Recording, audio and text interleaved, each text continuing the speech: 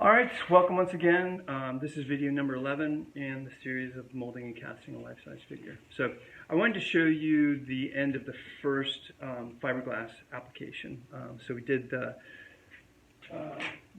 separator here, and then for my first coat, I mentioned before that it was a paste coat. So let me show you what I did. But before I talk about that, let me just say a couple words about safety. So in using fiberglass, it's a wonderful material. It's fairly lightweight. It's fairly cheap. It's really strong. Lots of great things about it. It is toxic, and the vapors are toxic, and so it's important to protect yourself as you work with it. So I always do this mother mold making outdoors. The ventilation in my studio is not super, but I do have the advantage of having garage doors, so I can just push this outside, close the door to the garage door to my studio, and just work outside. So I don't do this kind of mold making in the winter when it's super cold. I gotta save it for the more temperate months. And I also have a fan going outside, so I have a fan behind me that sort of blows.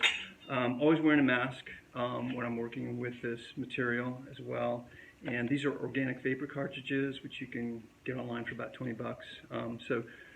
So really important to just, there's nothing wrong with, I held off on working with fiberglass for quite a while just because when I looked online it just looked so toxic and so messy, and it is, but I think it's worth the trouble. If you just, if you protect yourself, you're fine. It's with, wearing this thing, I don't smell it at all. Also be sure to wear gloves, and this goes for the rubber stage as well, but I didn't mention it then, but kind of goes without saying, but you always want to be wearing rubber gloves when you're working with these kinds of materials, especially with the fiberglass. All right, so the materials, I've got number one, polyester laminate, which is in this drum, and that laminate is as it is, it sort of stays liquid, and what turns it into a solid is this hardener, this catalyst, and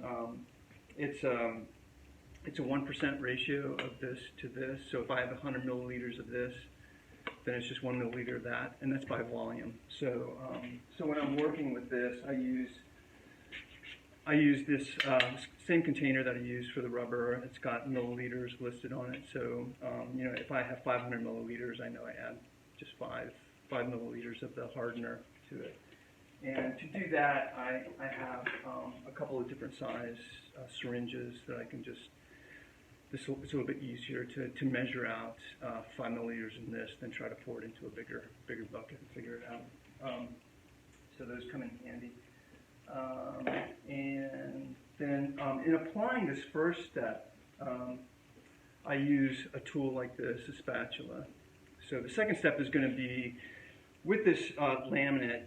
Just the laminate itself doesn't have a lot of strength to it. It gets really hard, but you really make it into a very strong material by adding a fiberglass cloth, or in the case of this first step, I use cloth that has been chopped into these small 1/4-inch pieces. So it's chopped fiberglass, and so what I do to make this paste I was talking about is I'll first measure up my laminate and hardener, mix it up, put it into an open container like this, just pour it in, and then I'll start adding the chopped fiberglass, and I'll add it, sort of cover the top, and then I'll keep stirring it until I feel like I've got the whole mixture saturated with this without overdoing it.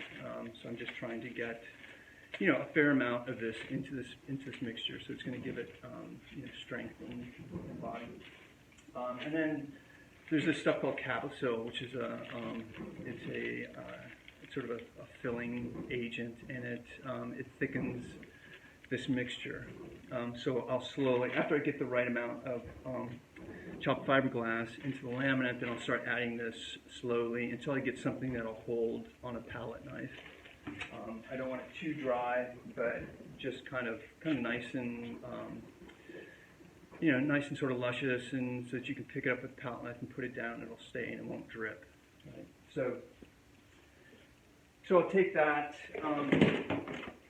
mixture, and just start applying it onto the surface. And I usually start towards the outside and work in towards the middle, but whatever, whatever moves you really. But I'm working for a width of about 1/8 inch with this first step. So the whole thing is going to be, between 1/4 and 3/8 of an inch will be the final mother mold thickness.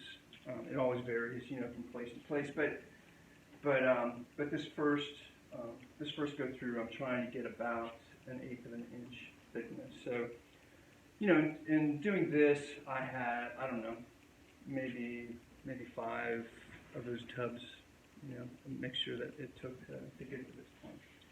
So what I'm going to do next is I'm going to use the same laminate and hardener, but I'm going to use a different cloth, which I'll talk to you about after I finish the final stage of this fiberglassing.